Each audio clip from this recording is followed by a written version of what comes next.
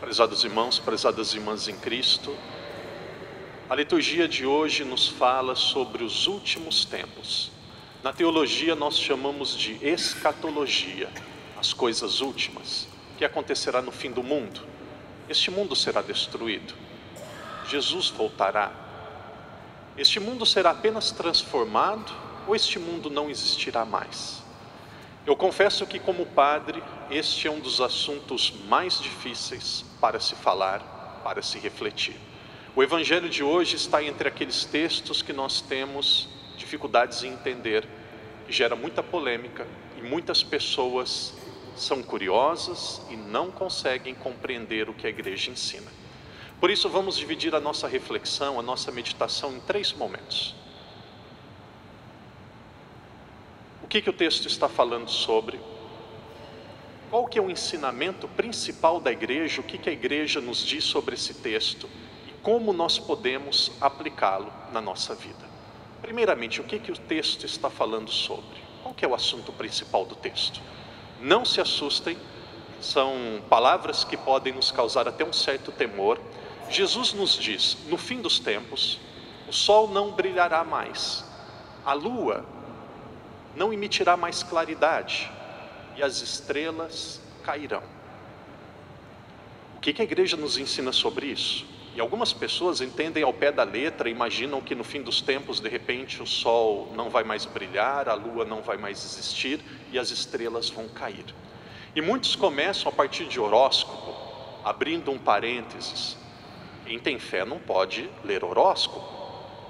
Horóscopo é querer brincar com Deus. Um cristão sério, um cristão católico que tem fé, tem que acreditar na Eucaristia, tem que acreditar na palavra de Deus, não em horóscopo. Por amor de Deus, não se apegue em horóscopo. Joga fora esse lixo. Fechando parênteses. Como que nós podemos entender este texto? O sol na Bíblia significa Jesus. Chegará um tempo que as pessoas não acreditarão mais em Jesus. A lua na igreja significa a igreja, a lua na Bíblia significa a igreja. Chegará um tempo que as pessoas duvidarão da igreja, que a igreja viverá grandes escândalos, que muitas pessoas zombarão da igreja. As estrelas significam os fiéis, os batizados, as pessoas que acreditam em Cristo.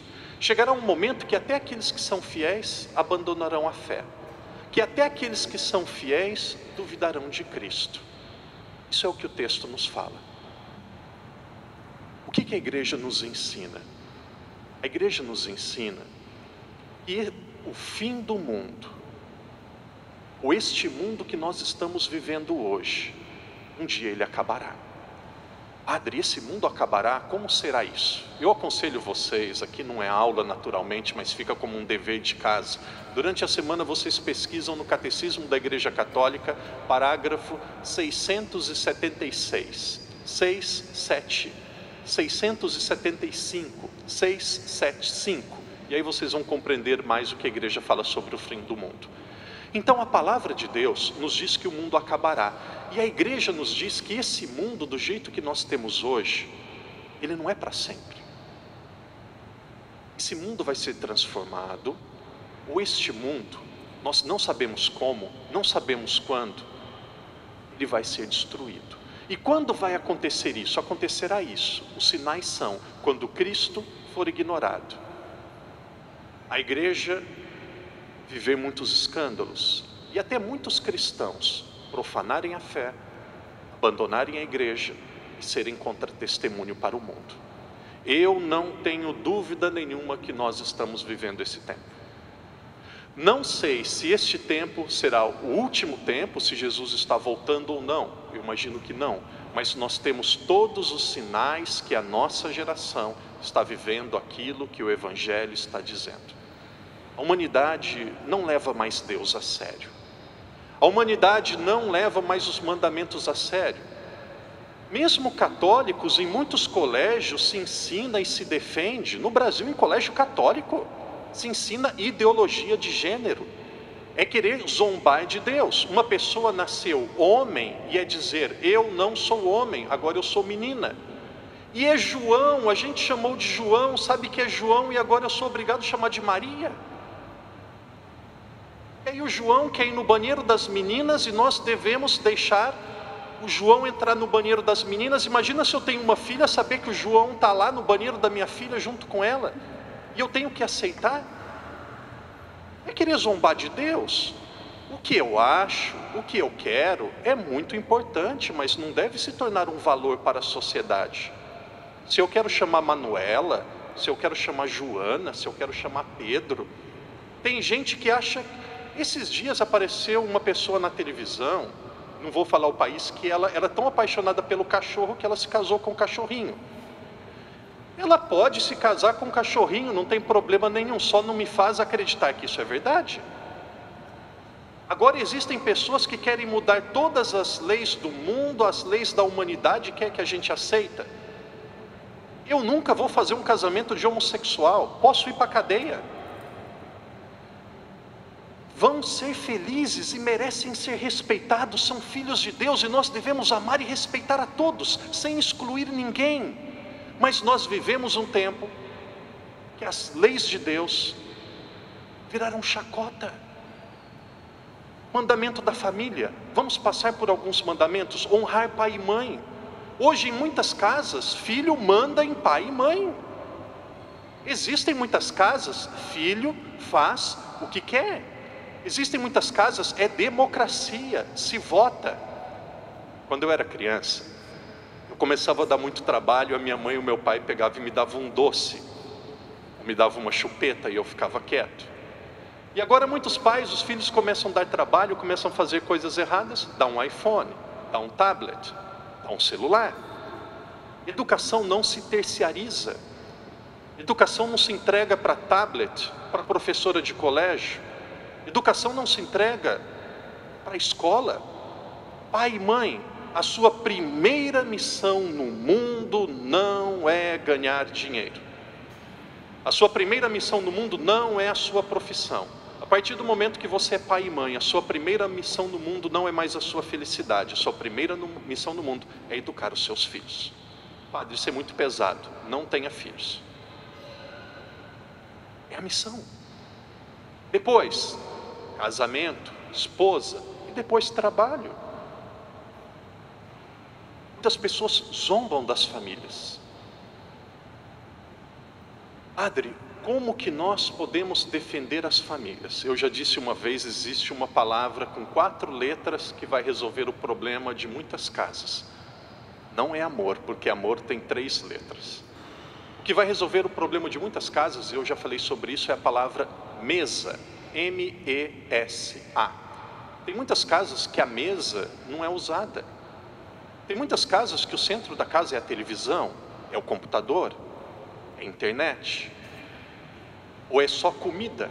Quando nós temos uma mesa e a família se encontra ao redor da mesa, um olha nos olhos do outro, um conversa com o outro, um se encontra com o outro. Tem pais que são enganados pelos filhos, porque não olham nos olhos dos filhos, não se encontram com os filhos. Padre, eu não tenho tempo. Se você não tem tempo, tem alguma coisa errada na sua vida. Reorganiza a vida, reorganiza os valores. Padre, mas o meu filho é muito ocupado. É claro, tem pais que colocam o filho no inglês, no japonês, no balé, no futebol, na natação, na astronomia. Na catequese não precisa, na catequese deixa quando ficar grande, aí escolhe. E manda para tudo, é claro que não vai ter tempo. Tem crianças que têm o schedule, a agenda mais puxada do que de adulto. Claro que não vai ter tempo. Prioridade para filho e mãe, sentar à mesa, se encontrar com os pais e aprender os valores que são ensinados dentro de casa. Nós vivemos um tempo, como nos diz o Evangelho, que a família é destruída. Esse é o 4º mandamento, vamos para o 5º. Não matar. Hoje, se uma pessoa destruir um ovo de uma tartaruga, vai para a cadeia. Se um cachorrinho poodle é atropelado na rua, tem funeral, flores e pessoas ficam em luto a semana toda. Se o gatinho não tem ninguém para cuidar, não pode vir na missa, não pode viajar. E essas clínicas de extermínio, que são clínicas de aborto pelo mundo todo, que ninguém fala nada?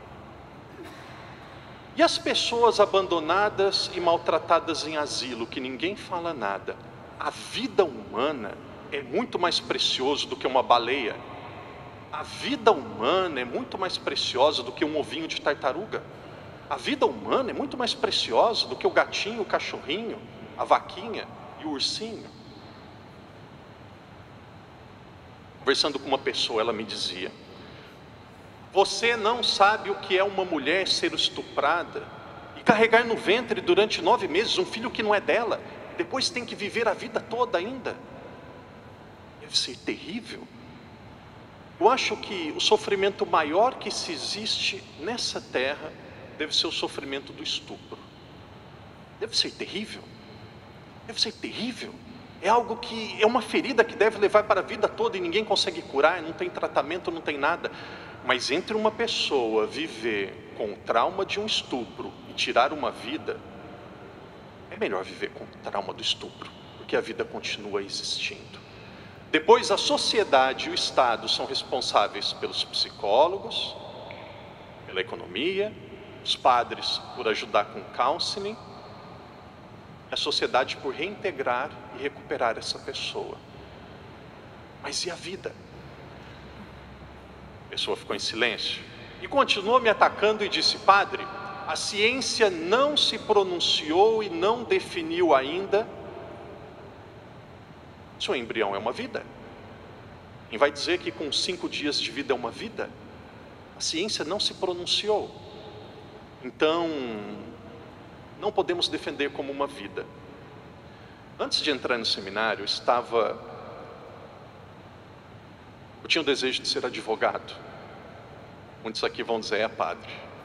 Deveria ter sido, aqui nós temos advogados. Meu sonho era ser advogado, estava tudo encaminhando para eu continuar a universidade e ser advogado. De repente Deus falou: não, eu quero que você defenda as minhas causas. E aí eu saí da universidade e hoje estou aqui. Existe um princípio no direito que diz assim: na dúvida, pro réu. Se nós não sabemos se é vida ou se não é vida, pro réu, vamos considerar que é vida. O que é melhor se nós não sabemos que é vida?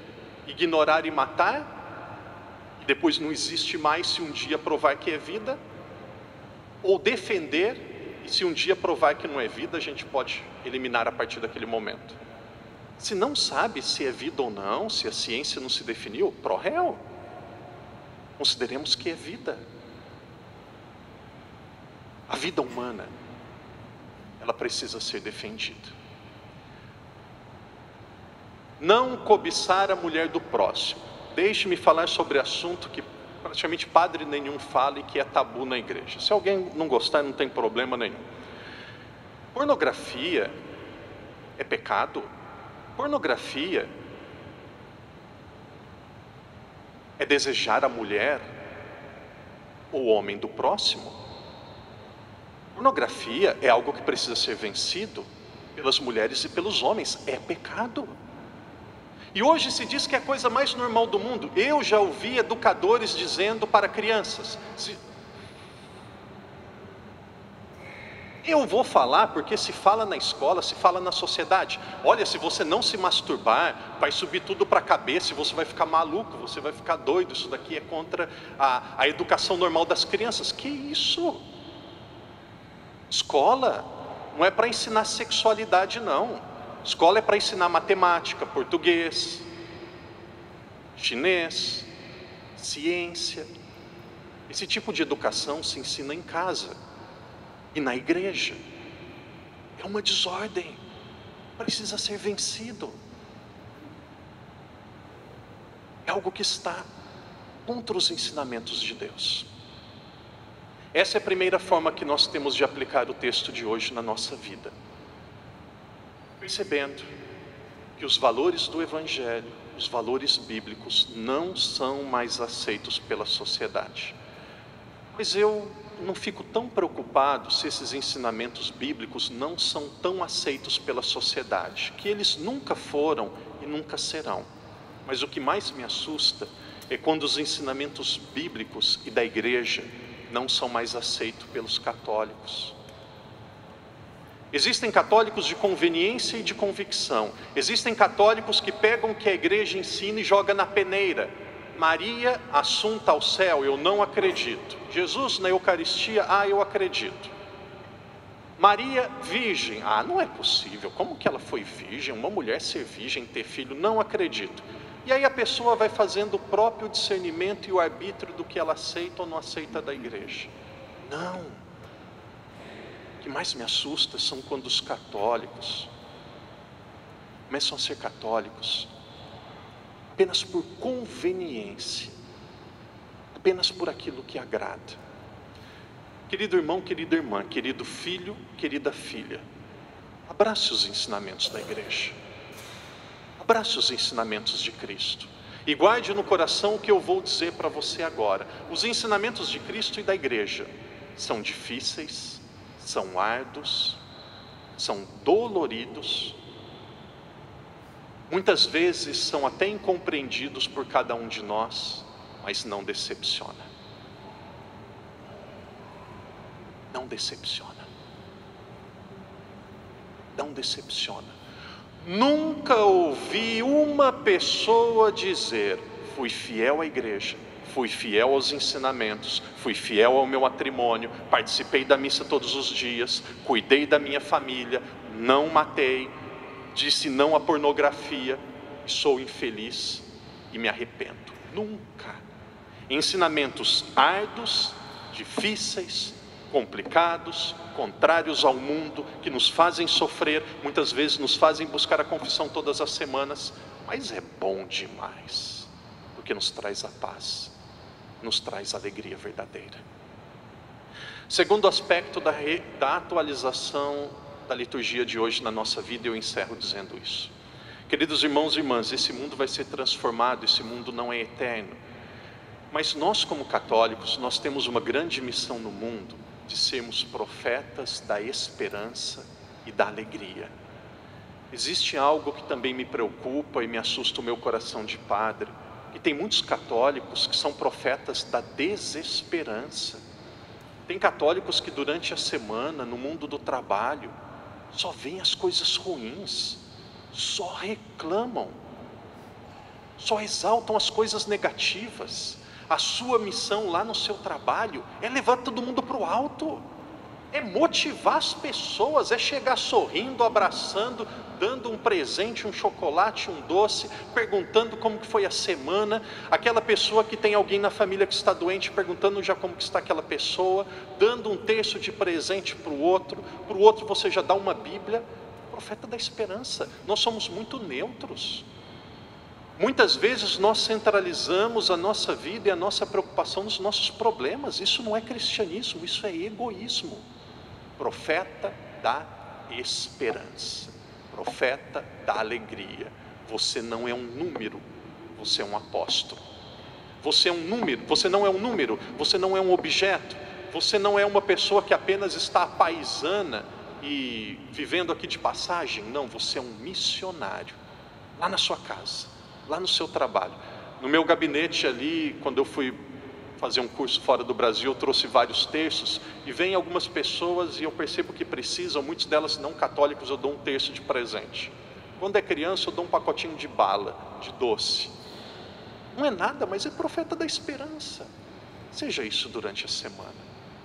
Na próxima semana, quando você voltar para a missa, lembrar a última missa, olhar para o padre, faça essa pergunta assim para você mesmo: eu sou profeta do quê? Do nada, porque a minha presença ela é nula, é como se ela não existisse. Eu sou um profeta do desânimo, da tristeza, da reclamação, da lamúria e do pessimismo. Eu sou um profeta da alegria, da esperança, da paz, da unidade. Tem gente que gosta de ver o circo pegar fogo. Tem gente que parece que está quanto pior, melhor. Isso daí é profeta do diabo, profeta do demônio. O profeta de Deus é um profeta da esperança, da alegria, da paz, do otimismo e da unidade. Que Deus nos conceda esta graça. Em silêncio façamos nossa oração. Obrigado, Jesus, porque este mundo será transformado. Nós não sabemos quando, como, Nós não temos essas informações, mas isso não nos importa. O que realmente é importante é que os teus ensinamentos precisam ser vividos, porque eles não decepcionam. O que realmente importa, Jesus, é que eu tenho uma missão de alegria, de paz, de esperança, de otimismo, de unidade. Ajudai-me durante esta semana a ser fiel a esta missão, a ser fiel ao meu chamado.